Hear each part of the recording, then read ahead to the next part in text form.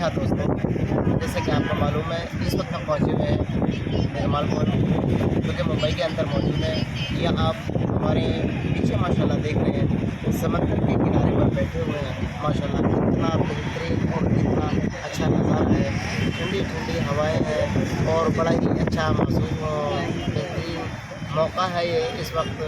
और शाम के इस वक्त जो है 8 बज रहे हैं, बहुत अच्छा मौसम लग रहा है।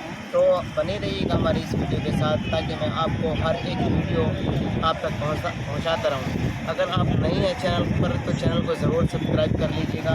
और इसी के साथ साथ हम इस वक्त जो है स्टेडियम के सामने बैठे हुए हैं, क्योंकि मुंबई में आज माशाल्लाह मैच हो रहा है और इसी के सामने हम बैठे हुए थे यहाँ पे। और इसी के साथ साथ जो ओबराय होटल मुंबई के अंदर है, यहाँ पे हमारे सामने मौजूद है। तो बड़ा ही दिलकश और बड़ा ही बेहतरीन नज़ारा है।